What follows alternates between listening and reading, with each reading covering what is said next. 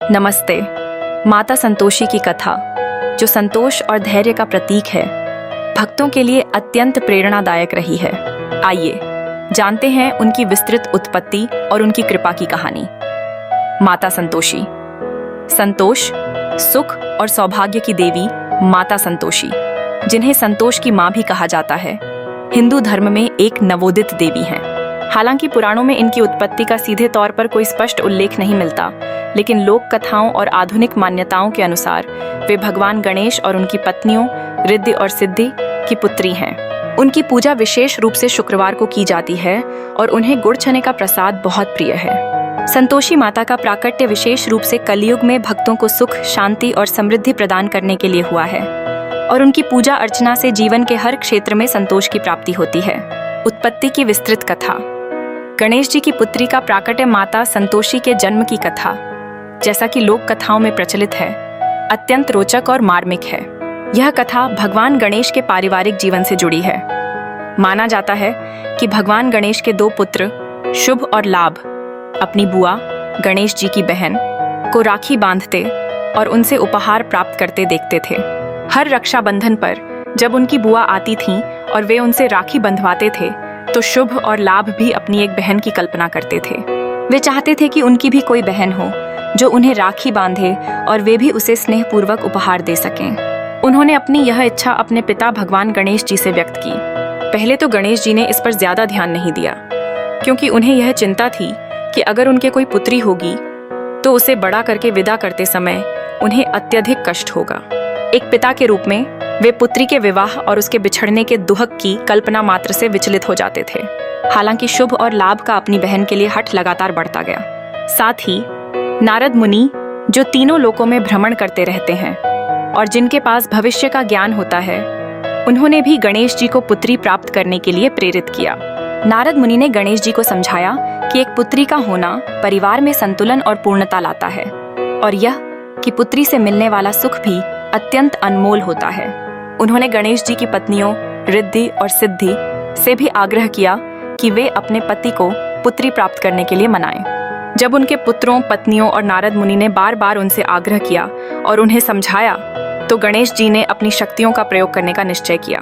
उन्होंने अपनी दोनों पत्नियों रिद्धि और सिद्धि की आत्मशक्ति और अपनी स्वयं की ऊर्जा से एक तेजस्वी ज्योति उत्पन्न की। यह ज्योति धीरे धीरे एक सुंदर कन्या के रूप में परिवर्तित हो गई। यह कन्या ही देवी संतोषी कहलाई, जो संतोष और संतुष्टि की प्रतीक हैं। माता संतोषी का प्राकट्य राखी के पावन त्योहार पर हुआ था।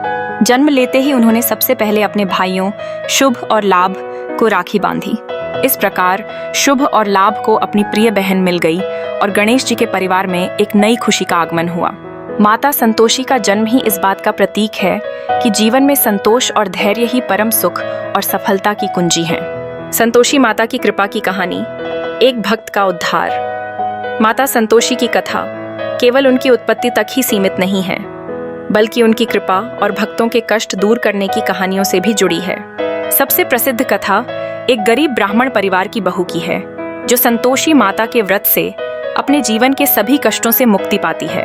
एक गरीब ब्राह्मण परिवार में 7 पुत्र थे, जिनमें से 6 कमाते थे और घर का खर्च चलाते थे। लेकिन 7वां पुत्र स्वभाव से बहुत सीधा और भोला था और वह बेरोजगार था। उसकी माँ उसे हमेशा ही बचे खुचे और जूठन भोजन देती थी, जबकि कमाने वाले बेटों को स्वादिष्ट और ताजा भोजन मिलता था। 7वें पुत्र की पत्नी, जो उस घर की सबसे छोटी बहू थी, इस बात से बहुत दुखी रहती थी, क्योंकि उसका पति इतना भोला था कि उसे इन बातों का बुरा ही नहीं लगता था। वह अपनी सास और जेठानियों के अत्याचारों को चुपचाप सहता रहता था। एक दिन बहू ने अपने पति को इस अन्याय के बारे में बताया।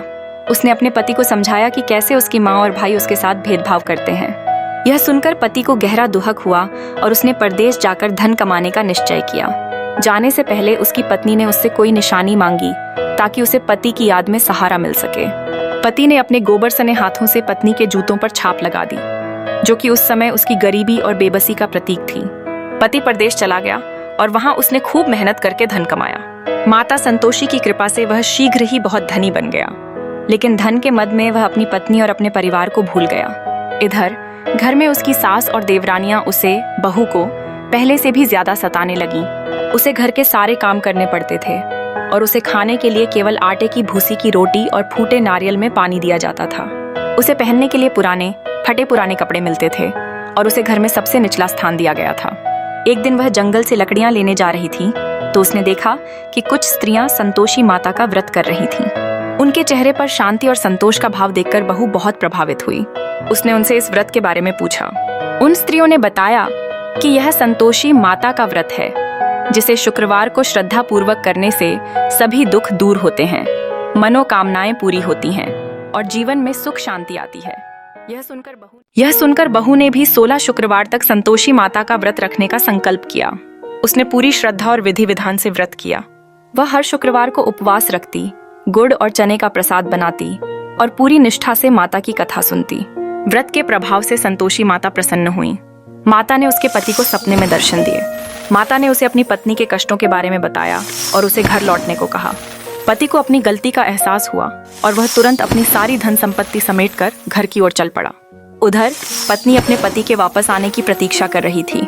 माता संतोषी ने उसे दर्शन दिए और बताया कि उसका पति आ रहा है। जब पति घर लौटा तो उसने देखा कि उसकी पत्नी अभी भी उसी दयनीय अवस्था में थी। उसे अपनी गलती पर बहुत पछतावा हुआ। उसने अपनी सारी संपत्ति पत्नी को सौंप दी और वे दोनों एक अलग घर में रहने लगे। कुछ समय बाद उन्होंने संतोषी माता के व्रत का उद्यापन करने का निर्णय लिया। उद्यापन के लिए उन्होंने पूरी तैयारी की, जिसमें गरीबों को भोजन कराना और प्रसाद बांटना शामिल था। लेकिन इस बार उसके परिवार की देवरानियों ने ईर्ष्यावश प्रसाद में खटाई मिला दी, जबकि संतोषी माता के व्रत में खटाई का सेवन और उसे छूना भी वर्जित है। इस गलती से माता रुष्ट हो गईं और परिणाम स्वरूप उसके पति को राजा के सैनिकों ने किसी आरोप में पकड़ लिया और उसके बच्चों को गंभीर बीमारियां हो गईं। बहू को अपनी भूल का एहसास हुआ। उसे याद आया कि उद्यापन में खटाई का प्रयोग हुआ था। उसने पुनः माता संतोषी से क्षमा मांगी और नए सिरे से उद्यापन करने का संकल्प लिया। इस बार उसने बहुत सावधानी से सभी नियमों का पालन करते हुए उद्यापन किया और सुनिश्चित किया कि कोई भी खटाई प्रसाद को स्पर्श न करे। माता संतोषी उसकी सच्ची निष्ठा और पश्चाताप से प्रसन्न हुई और उन्होंने उसे क्षमा कर दिया। माता की कृपा से उसका पति भी जेल से छूट गया और उसके बच्चे स्वस्थ हो गए। उसके घर में सुख, शांति और समृद्धि लौट आई। इस प्रकार माता संतोषी की कथा हमें संतोष, धैर्य, श्रद्धा और नियमों के पालन का महत्व सिखाती है। जो भक्त सच्चे मन से माता की उपासना करते हैं, माता संतोषी उनकी सभी मनोकामनाएं पूर्ण करती हैं और उनके जीवन में सुख शांति प्रदान करती हैं। यह कथा इस बात का प्रमाण है कि सच्ची श्रद्धा और धैर्य से किया गया कोई भी कार्य व्यर्थ नहीं जाता और देवी की कृपा से असंभव भी संभव हो जाता है।